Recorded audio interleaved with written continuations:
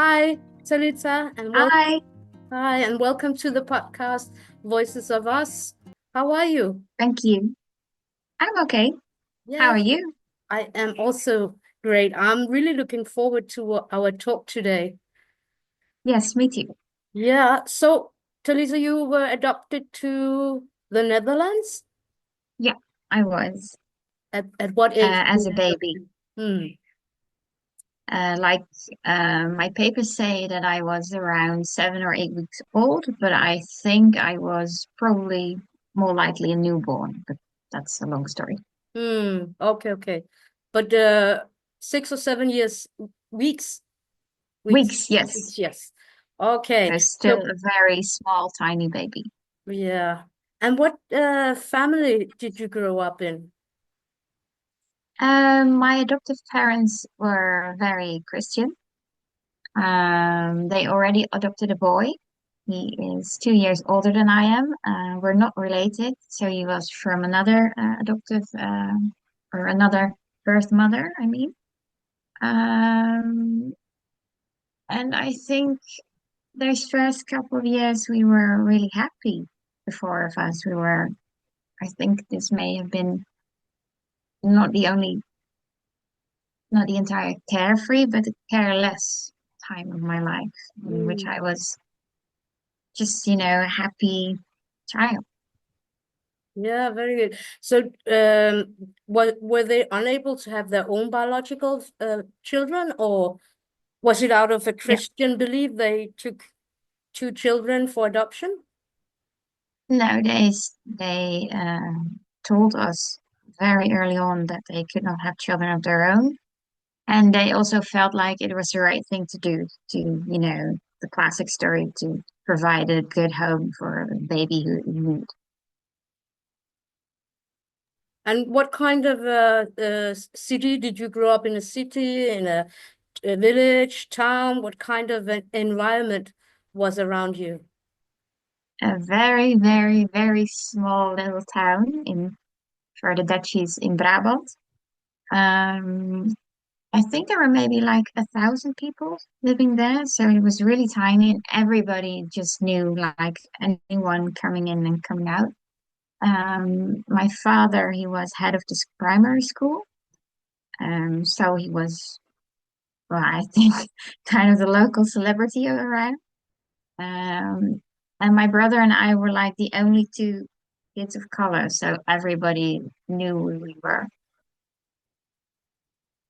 The well-known family in the village Yeah, had adopted two yeah. children from Sri Lanka. Okay, okay. So, but you feel like it was a comfortable and you use the word like peaceful, no?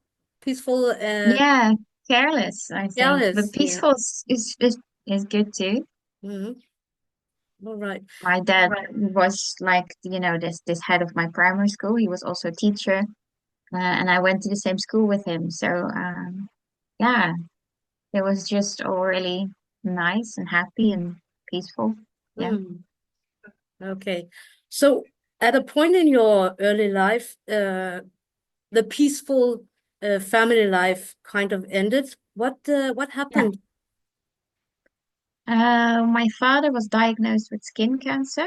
He was 33 at that point. I don't really I don't really know what it was like for him because I was only 4 years old at the time.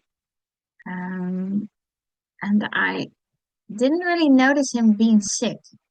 I mean, he had chemo and he had treatments, but he was always around and he was always going to work.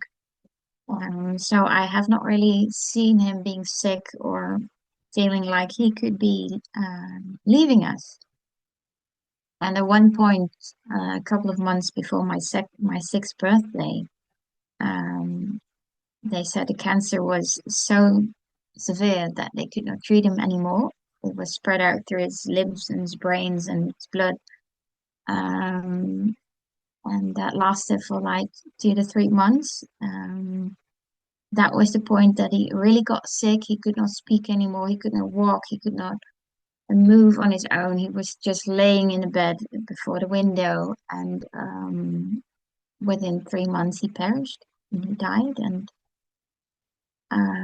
I was just only 6 years old at that point. Death of your father, is it today like a vivid memory, or is it kind of a distant memory? I think it's quite still vivid memory. I really feel like this was a point that I was really traumatized by because um, a couple of months before my grandfather passed away, but I wasn't at his funeral, so I have not seen a dead body before, and I did not really experience death at that point. Mm. So this was the first time someone I loved was, leaving me. And I think that part, just, him leaving me, I felt like that. Um, that was really hard. And Mm. I really remember how I felt like seeing him, just being dead with his eyes still open. Found it really scary, but also I think it did a really, I think it did very much so much damage to me as a young child. Mm. Yeah, and I think also the reason why it's interesting to talk about is because I mean I also lost my father, but I was 17, and definitely it was kind of like a feeling of, oh, I lost a parent again. Yeah, And again, again, yeah, exactly. And I think a lot of adoptees, when they lose their A parents, adopted parents, then there's kind of like a double effect in that we have to deal with. And I guess we are not the only one who lost one of our parents, and maybe even today, some adoptees, they have lost both parents. So I think also that is a very important subject regarding adoption. So, yeah, because you're losing like four parents in a lifetime instead of two. And mm, two is already devastating, but four is like, no, no one talks about it, but it is true for us and our bodies to remember mm. being left out and being left at all. Yeah, exactly. So, by the age of 6, and you lost your father, did Yeah. you talk about it in the family, or was it possible to, I mean, 6 years old, you're not that old, but was there some people that could talk to you, like teachers or counselors and stuff like that? What I remember was people stating that I had to make him proud because the Christian people they state you go to heaven when you pass away, and well, he was in heaven, so he was looking down at me, and I had to make him proud, and I think that put so much pressure on me that I just did not really talk about it. Of course, I missed him, and I remember Father's Day, for example, being so incredibly devastating that I was the only one not being able to give my father something instead of all those happy kids and their fathers. But Mm, I think it was also maybe, in the early 90s, people just thought that kids they would go on. They were not really paying attention to us and not our grief. My mother's grief was the most important grief, and I had to make sure she was happy. So I was also told not to bother her. mm. And I think still to this day, I try not to bother people because I just can't. And that is what I learned from that. And when you were told you had to make him proud, what was in what did people mean by that? How could you make your father proud? Yeah, I think it's a really bad phrase to say to your kids, but I had to get proper grades, high grades, be nice, be kind, play my flute properly, be decent, look decent. all the things you as an adoptee are already expected of, and now I had to do it again and with the pressure of someone looking down at me. Um, Yeah. yeah, it was really hard, and I made sure not to ever say this to my kids. You have to make me proud. It's really something that is quite instructing. Yeah, I understand. I understand. So, after your father died and you had this experience about have to make him proud and maybe also not to be kind of any pain for your mom, then how did your family relation develop? Did your mother stay unmarried or did she find a new husband? First, we moved. Um, she moved like 200 kilometers from her family, so we moved back to them. So she could get some help, with parents or to have them babysit us on occasion. And maybe after 3 or 4 years, she started dating again. Um, and I do remember she met some men, and some were introduced to us, and some weren't. Um, and I remember that I really wanted to have another father. There was this void, and I really wanted someone to step in and fill this void. But I don't think I really could comprehend what that means. Um, so at one point, she met someone. I was, I think, 14. And I was just, because of this void, I was really happy. Finally, I have a father. Finally, we're a normal family again. Um, but no, this was not really the nicest man she could have met. No. Eh, Can you put a few words to what kind of man did she marry? Who was he and how did he act in your family? He's, he has two faces. I think that is what he's like. He can be really charming and funny and going and interacting with anyone. Um, but he also has this really dark and vile face and personality. And you have physical abuse and sexual abuse, but you also have emotional abuse. And he was really abusing us in that way. He was really mean, but because that was happening indoors and people were only seeing his good side and his funny and his charming side, no one really knew what was happening indoors. Would you like to share some examples of his behavior towards you and your brother? Yeah, he was firstly focused on my brother.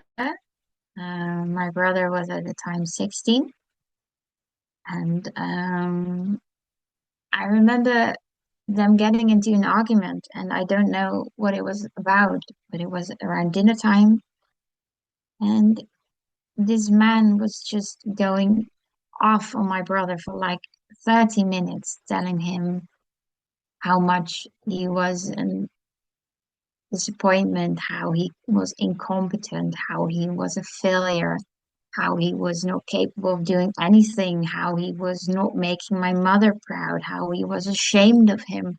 And he was just going on and on and on. And I remember sitting there and I was like, what is happening here?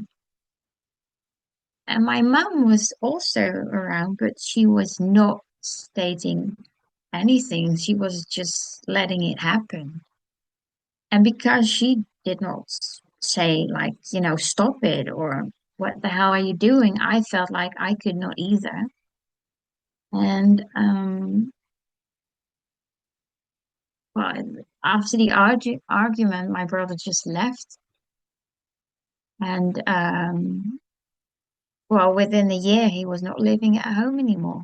And I can't really understand why he wasn't. And after that, the main focus was me. I was the only one around. So what he just did to my brother, he was doing this to me. First, it was on occasion, and at some point, it was on a daily basis. Um, so, on a daily basis, being told that you're not good enough, that you're not worthy, that you're not able to do anything, not even, simple household chores. I was just a disappointment to him and my mother never said anything. My mom never told him to get off, to leave, to shut up, to anything. So your mom didn't even stood up for you. She just let it Never. happen. Mm. Yeah, she was also I've talked about this with her, and she was like, I did not see it, and I was not present, and he was doing that when I was not around, but that's not true. She was present a lot of time for the times this happened, but she's just, I don't know what it is. She just doesn't want to accept that she's a part of this too. Mm. Wow. I feel so sad for you that you had to experience this. No one should experience that kind of a tyrant in the family. I mean, being so No, dominating and talking down to the family he actually moved into. Yeah. yeah, How did he cope with the whole situation about you and your brother being adopted? he was not really stating anything about it, but he was making sure that I at some point felt guilty that I was even there.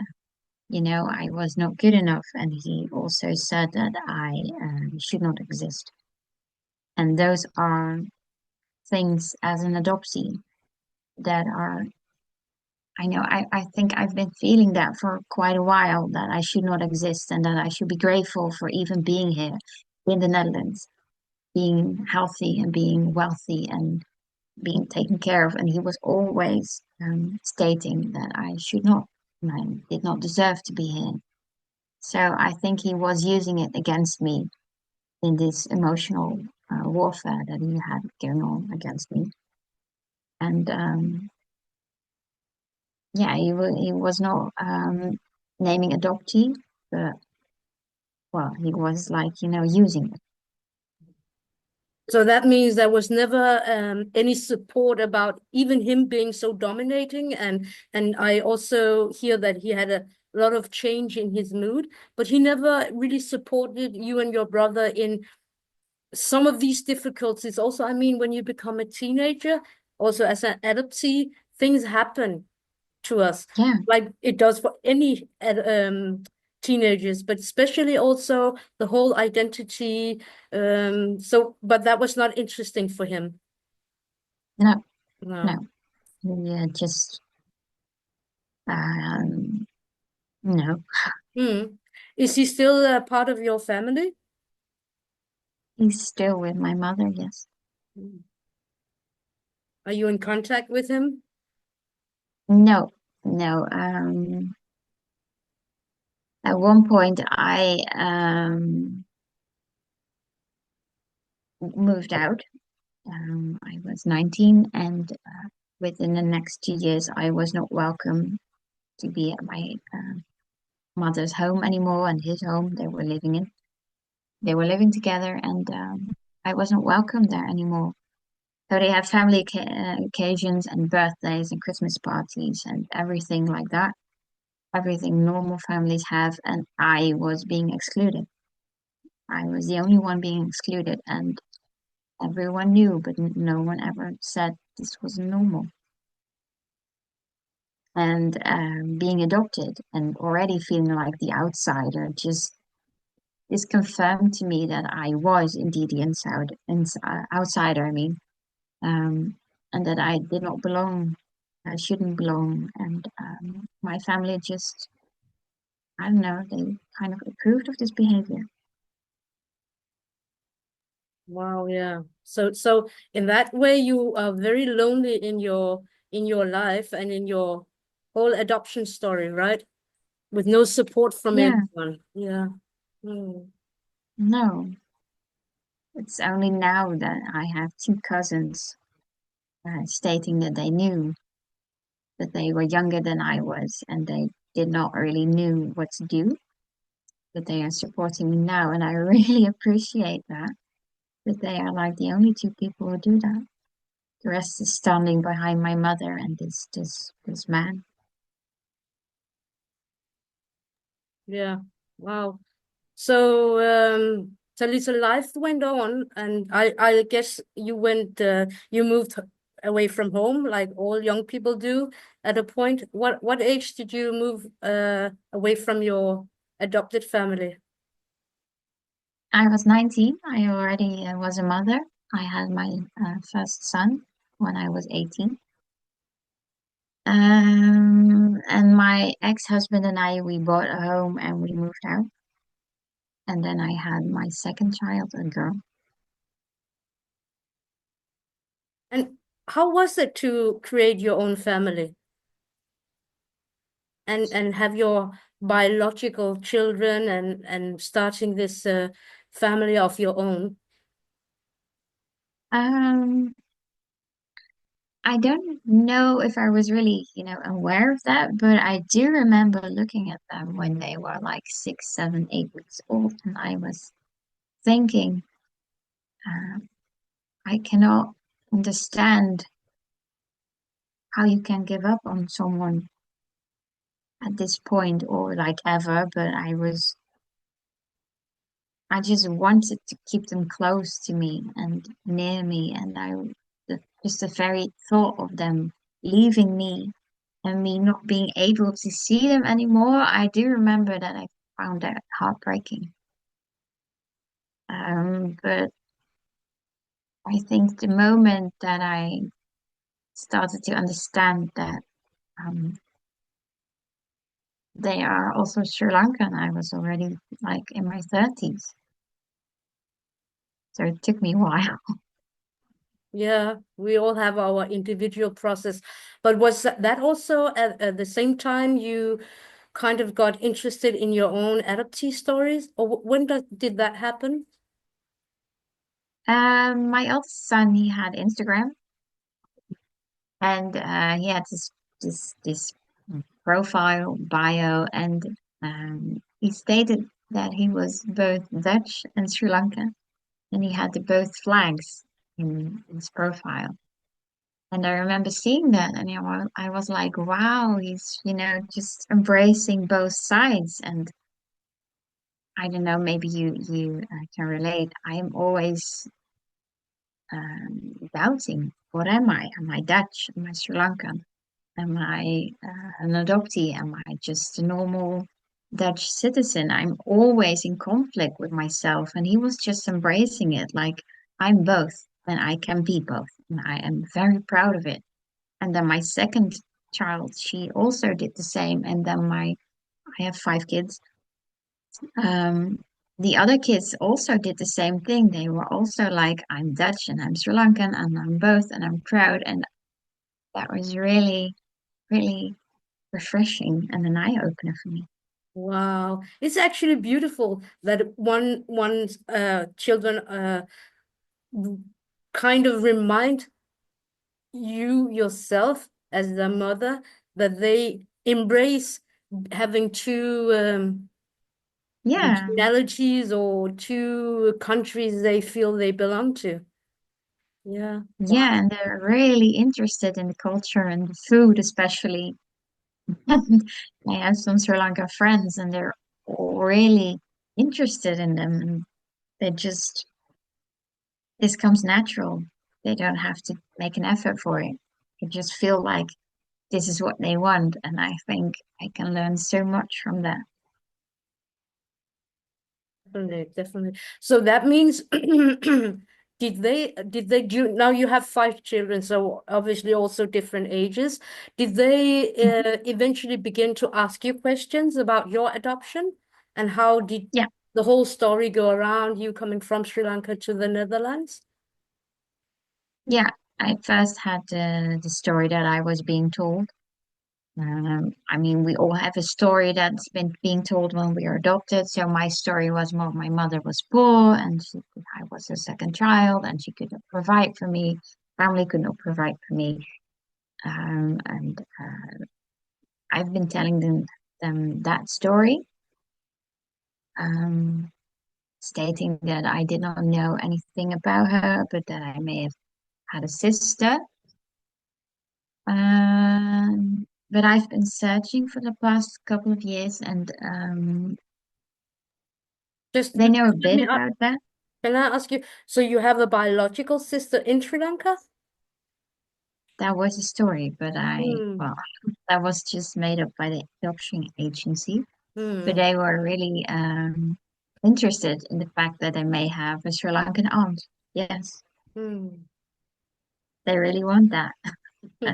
It's probably not going to happen, but yeah, that was the story I've been telling them. Hmm. So yeah, so they obviously also got to know about your background, whatever was true or not. At least that was what you could tell them. Huh? Yeah, Okay. And Talisa, we also before this in talk, we had a talk, just you and me, about you having a second husband today. yeah, That you have yeah. how many children of your five is with him? Just one, Just the one. youngest. Okay. Yeah, So yeah. yeah. I got divorced when I was 29, I think, or 30. And then I met my current husband, and we're together ever since. And that is also an interesting thing because now you have a child with him and he was married before you Yeah, and have and children he himself adopted a child. Yeah, from Colombia. from Colombia. So she or he is obviously also with you at least sometimes. She's living on her own. She's 18. Ah, But she was, yes. mhm. So that became really interesting, not her being with us, but um, having a relationship, being an adoptee, and the opposite, being an adoptive parent. And at first I thought like, well, this is interesting. Now he understands me a bit more. But now the past couple of years since I've learned more about my own adoption and how it's, been for me in all those years growing up as an adoptee, it can cause some conflict, yeah. Hmm. Yeah, because as we dig into our own story and we get things revealed, sometimes really not pleasant things, then of course we also have to kind of cope with these feelings and this new knowledge. Yeah, I can imagine that Yeah, also affect a relationship. yeah. But I must say that he is really willing to listen and he's really willing to understand that he's not at fault for my story, but he's part of the system that is, mistreating us, and he feels guilty about that. But he's not like most adoptive parents, really defensive. And I was doing the best thing. He's not. He's really willing to listen and to learn, and I really do appreciate that of him. But I also find it really annoying, that he was part of the system at times. Yeah. So actually, we have talked about having two episodes. So this first episode we will kind of finish. You mentioned the agency Flash, and I think just to end this episode one, maybe you can put a little bit of words into the organization because me, as coming from Denmark, we also heard about Flash, and let me just put it this way: it's not good news we have about Flash. But please No, tell us what is Flash? Flash is an adoption agency. My brother and I were both adopted through Flash. I must state that my brother was adopted and his file was proven to be correct. So he did find his birth family and well, he chose not to be in contact with them, but his file was correct. Um, but Flash is known for not how to state that. They were just making a lot of money of babies and selling babies, and they were a really big part of everything that went wrong with adoption, at least in the Netherlands. So a lot of adoptees from the Netherlands are currently processing and at court because Flash mistreated them so severely. And in episode two, sorry, then we will dig into how you started your search in Sri Lanka, and we will also talk about the adoption agency Flash, and also about baby farms. We will talk about fraud documents that has been forged, and so many acting mothers. There are so many subjects in your adoption search, which is I find really really interesting, and I think that our listener will gain a lot of maybe new knowledge about how can an adoption case also look like. Yeah, yeah. Yeah, so that's going to be interesting, and we will continue our conversation and um, talk more about adoption in part two. Okay, thank you. Okay, thank you. See you next time. Yes, bye. Bye.